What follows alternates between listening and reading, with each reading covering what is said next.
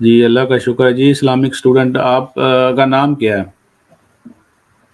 جی میرا نام میں نہیں ڈسکلوز کرنا چاہوں گا ادھر، ٹھیک ہے.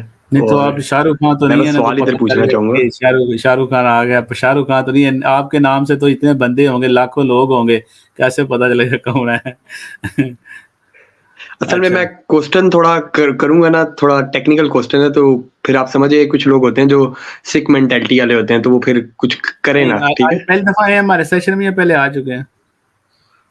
میں آیا ہوں پہلے آپ کے سیشن میں. اچھا پہلے آ چکے ہیں. کہاں سے ہیں آپ ویسے؟ اچھا میں یہ اسلام آباد والی سائڈ سے.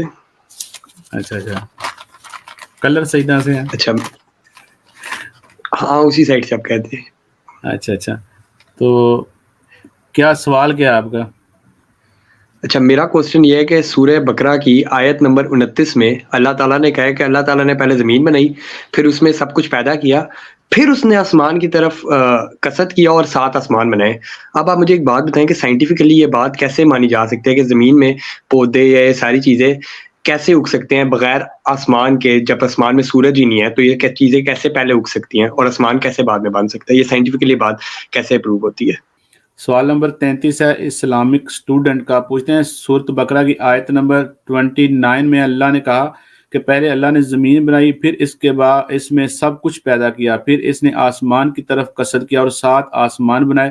سائنٹیفک کیسے یہ بات مانی جا سکتی ہے؟ کیونکہ پودے وغیرہ سورج کے بغیر اگ نہیں سکتے، یہ کیسے ممکن ہے؟ یہ سارے رولز تو بھائی بعد میں اپلائی ہوں گے نا.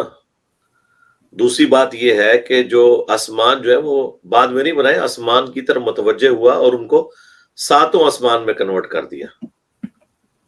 آسمان بھی تھا،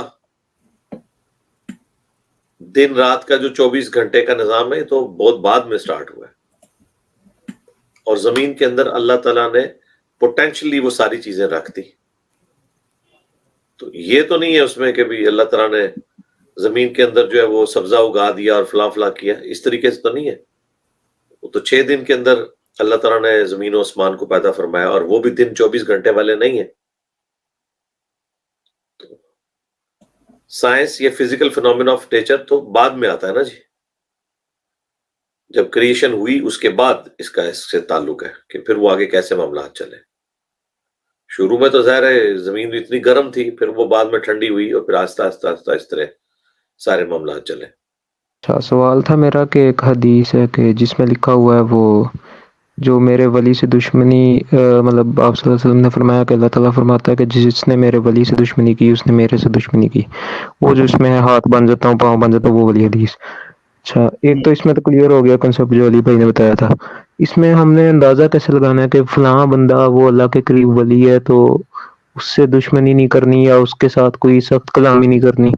یہ اندازہ ہم کیسے لگا پائیں گے؟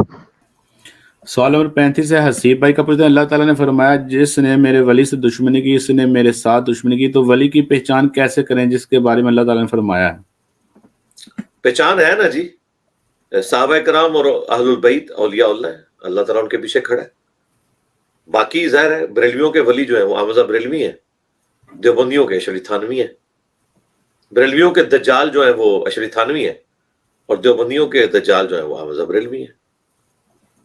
ظاہر ہے یہ تو وہ اولیاء نہیں ہیں جن کی بات اللہ تعالیٰ کر رہا ہے، کیونکہ ان کے اوپر تو کوئی متفق نہیں ہے. ایک تو دوسرے کو مسلمان نہیں کے لوگ سمجھتے. تو اولیاء جو ڈیفینیٹلی ہیں وہ صحابہ اور اہل بیت ہیں. ان کے بعد ہمارا حسن ظن ہے امام بخاری، امام مسلم، امام حنیفہ، امام شافعی، یہ لوگ اولیاء اللہ میں سے ہیں. آج کے دور میں بھی میرا حسن ظن ہے مولانا مودودی، ڈاکٹر اسرار صاحب، مولانا اسحاق صاحب، یہ سب لوگ اولیاء اللہ میں سے تھے. اگر اولیاء اللہ سے مراد آپ نے وہ لوگ لینے ہیں کہ جو ناچتے کودتے رہے، ڈھول ڈمکے چلا کے تو انہوں نے دین کو بگاڑ کے پیش کیا، خود بھی قبروں کے مجاور رہے اور اپنی قبروں کو بھی بعد میں مجاور کے طور پر لوگوں کو ترغیب دلائی، تو وہ تو اولیاء اللہ نہیں ہے، وہ صرف اولیاء ہی ہیں.